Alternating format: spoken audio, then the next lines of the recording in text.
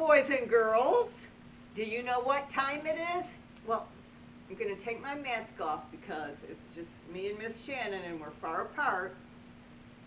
Do you know what time it is? Story time! So let's get Panda Bear out and start the stories. Come on, Panda. Come on, Panda. Oh, come on. Get it. What? Panda wants to know, is it still winter? Well, it's the beginning of March, but it's still winter. Oh, you can't just stay in your box all winter. Come on.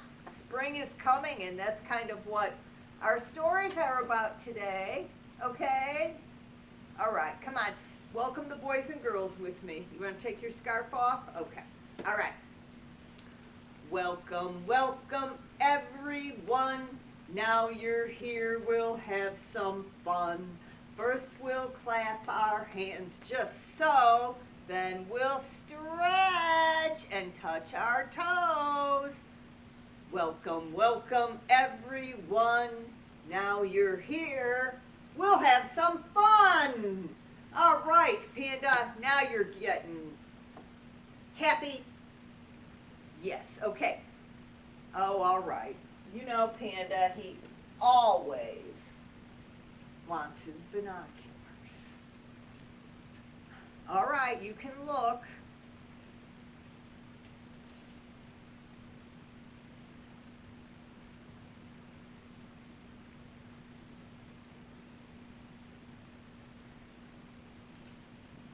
I know, still no boys and girls, but we're just hopeful that they'll be able to come back. So come on, we have to give them a good story time because they're watching from home, okay? All right. Let's ask them that big question we ask at the beginning of every story time. Ready? Where is Thumpkin? Where is Thumpkin? Here I am. Here I am. How are you today, sir? Very well, I thank you. Run away, run away. Where is Pointer? Where is Pointer? Here I am, here I am. How are you today, sir? Very well, I thank you. Run away, run away. Where is Tall Man? Where is Tall Man? Here I am. Here I am. How are you today, Tall Man? Very well, I thank you. Run away, run away. Where is Ring Finger? Where is Ring Finger? Here I am. Here I am. How are you today, sir? Very well, I thank you. Run away, run away. Where is Pinky? Where is Pinky? Here I am. Here I am. How are you today, Pinky? Very well, I thank you. Run away, run away. Yay! Well, where are the girls? Where are the girls? Stand up, girls. Stand up, girls. How are you today, girls? Absolutely terrific. Well, we're glad you're here. We're glad you're here. Where are the boys? Where are the boys? Stand up, boys. Stand up, boys. How are you today, boys? Ah, fantastic. We're glad you're here. We're glad you're here. Well, Panda and I are very glad you're here because we just don't want to tell stories for ourselves and Miss Shannon. And we are ready for a story. Now, Panda was asking me if it's still winter because it's the beginning of March. So the first book I'm going to read today is In Like a Lion, Out Like a Lamb. What that means is sometimes beginning of March is, whoa, roaring winter, snow, ice, cold. And then at the end of March, we always hope that spring is going to start coming in and giving us warmer weather and flowers and leaves on the trees. So, in like a lion, well, here is a picture of a lion roaring. And here is a picture of a little lamb. And see the green and gentle. And instead of, whoa, roaring winds, we hope for kind of gentle breezes. So, you can look at that lamb. That's not the lamb, the lion. All right. In like a lion, out like a lamb, by Marion Dane Bauer. Well, there's a picture too. Does that look familiar? A little ice and snow on the trees and birds. March comes with a roar. Can you roar, boys and girls? Arr! Is that how the wind sounds in the winter? Well, it rattles your windows and scratches at your door. The lion tramps snow into mud across your floor.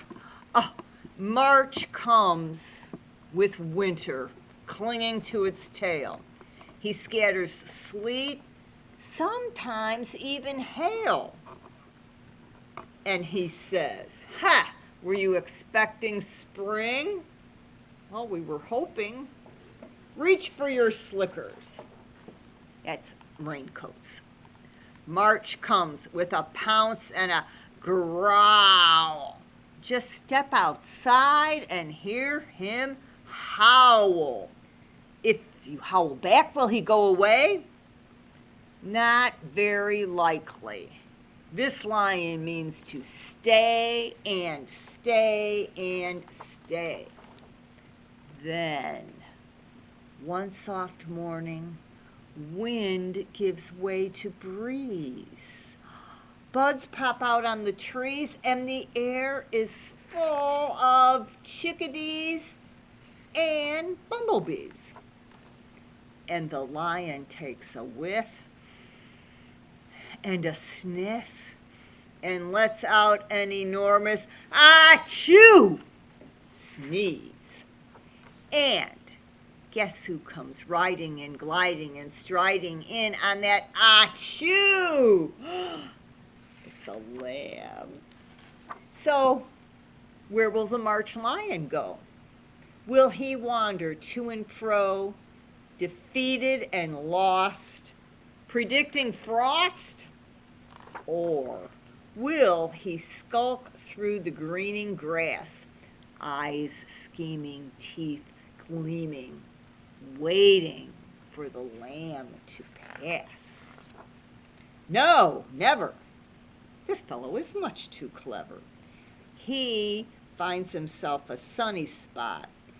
He stretches, yawns, and curls into a knot.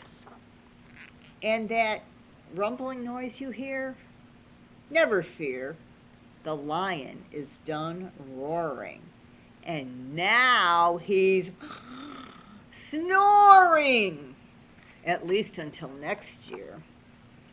Today, the lamb's in charge of grass, flowers, sunshine, and even showers of babies, small and large. Oh, look at all the new springtime babies. Come, all you babies, just hear March sing. Bah, she says. Bah and bah. It's spring. Achoo. Well, That's what I'm hoping for. Since this is the beginning of March, I hope the end of March will bring us soft spring days, but you never know. Oh, here's a story about the little lamb, and that little lamb looks soft and gentle and happy. So this Wee Little Lamb book is by Lauren Thompson. Well, looks like this little lamb brought spring.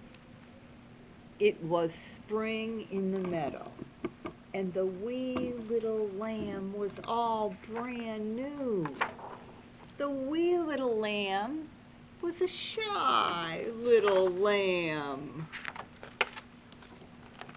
Won't you say hello? Asked the flouncy pouncy rabbit. But the wee little lamb just hid behind his mama. Come, jump with all my friends, chirped the cheery crickety cricket. But the wee little lamb just hid behind his mama. Sing a song with me, trilled the jolly robin redbreast. But the wee little lamb would only sing with his mama. Come, see the great wide world, called the snooping old hoot owl. But the wee little lamb stayed right beside his mama. Then a tiny voice peeped. Will you play with me? It was a bitty little mouse peeking around her bitty mama. The lamb softly said, yes, I'll play with you. Then the wee little lamb and the bitty little mouse played right beside their mamas. What fun! Okay, so we will be watching for that kind of warm spring as we go through March. We'll have to see what happens. But now we're going to go over to our storyboard. Okay, well, this is about a roaring lion. So you have to count with me. 1. One little lion roaring at the zoo called for another. Now roar with me, boys and girls. Roar! And then there were 2 little lions. They were underneath a tree, and they called for another. Roar! Roar! And then there were 3. 1, 2, 3. 3 little lions who heard a distant roar called for another.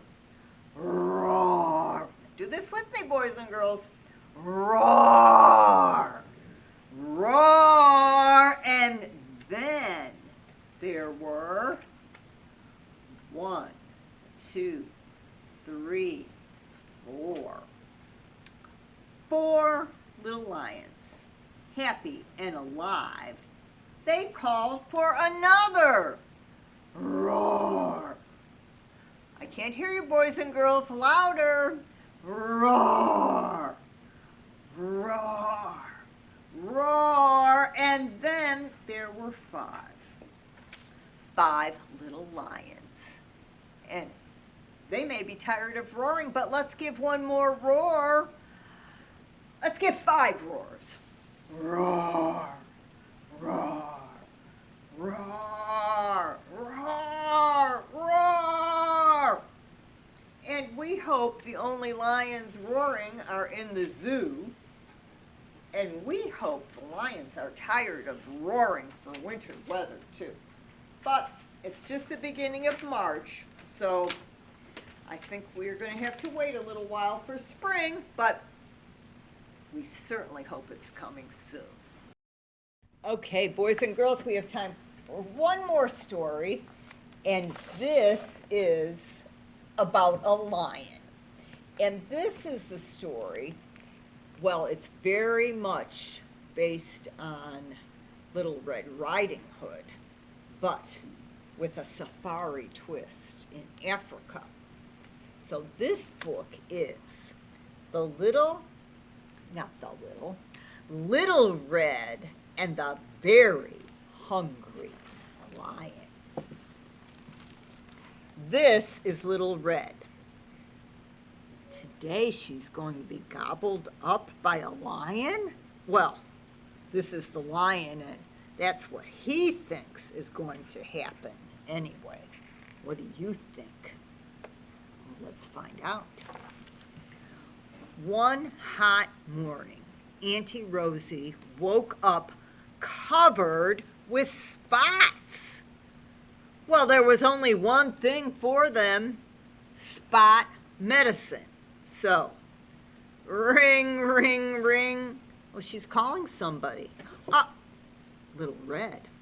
Oh dear, said Little Red when she heard the news. I'll come right away.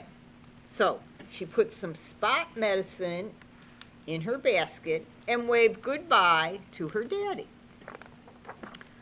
Well, it was a long way to Aunt Rosie's house.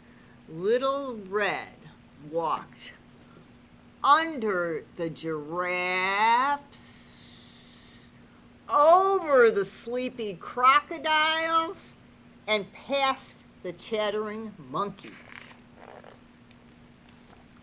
She crept around the termite mounds and under the leaping gazelles, and then she caught a ride on an elephant and wiggled her way around the hippos and warthogs and waved hello to the meerkats. Well, she sees a lot of animals on her way, doesn't she? Then she sat down in the shade of a shady tree, and that's when the lion arrived, the very hungry lion.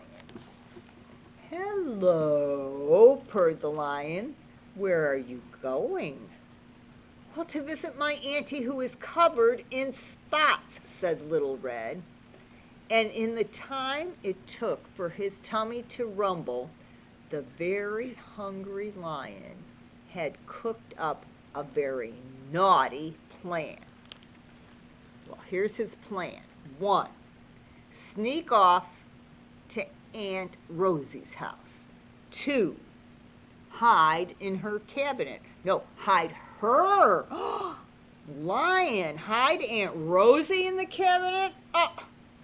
And then dress up as Aunt Rosie. Wait for a bit and jump up and eat Little Red. Then eat Aunt Rosie for dessert. And that lion said to himself, well done, very clever plan. You are a very clever lion. And he rushed off to put his plan into action. Well, when he arrived, the very hungry lion called Auntie Rose and then stuffed her in a cabinet and locked the door. Then he squeezed himself into one of her nightgowns and then, just to trick Little Red, covered himself all over in spots. Of course, when Little Red arrived, she realized right away it wasn't Aunt Rosie sitting in the bed. She quickly looked around and spotted her aunt peeking through a gap in the cabinet. And then she decided she was going to teach the naughty lion a lesson. Oh, Auntie, cried Little Red, "What tangled hair you have!" And before the very hungry lion could even lick his lips, Little Red had brushed and combed and twisted and braided until the lion had a lovely new look. What do you think? The lion doesn't look very happy. This had not been part of the lion's plan. So he opened his mouth wide. "Disgusting!" shouted Little Red. "What gigantic, grimy teeth you have, Auntie!" And Little Red made the very hungry lion brush, brush, brush his teeth until they sparkled. "Oh, Auntie," cried Little Red, "what an old nightgown you are wearing." And before the hungry lion knew it, Little Red had found a much prettier dress for him to wear. This had not been part of the lion's plan either. "Stop!" yelled the lion. "I am a very hungry lion, and my tummy is grumbling." Little Red pointed her finger. Point your finger, Panda Bear. "Well, trying to eat children and aunties is very naughty. If you were hungry, all you had to do was ask for some food." Well, the very hungry lion let Aunt Rosie out of the cabinet and said, "Sorry," ever so politely. Little Red gave Auntie Rose the spot medicine, which worked immediately, and then the three of them gobbled up a whole basket of donuts together. The lion had 5. Soon it was beginning to get dark, so the lion walked all the way back home with Little Red on his very best behavior. He promised to never, ever, ever try to eat another auntie or any children. But he might be tempted to eat Daddy. But Little Red said, "No, bad kitty." So I think he probably didn't. Okay, boys and girls, thank you so much for coming to story time today, and keep an eye on this March weather, and we'll see you next week. Bye.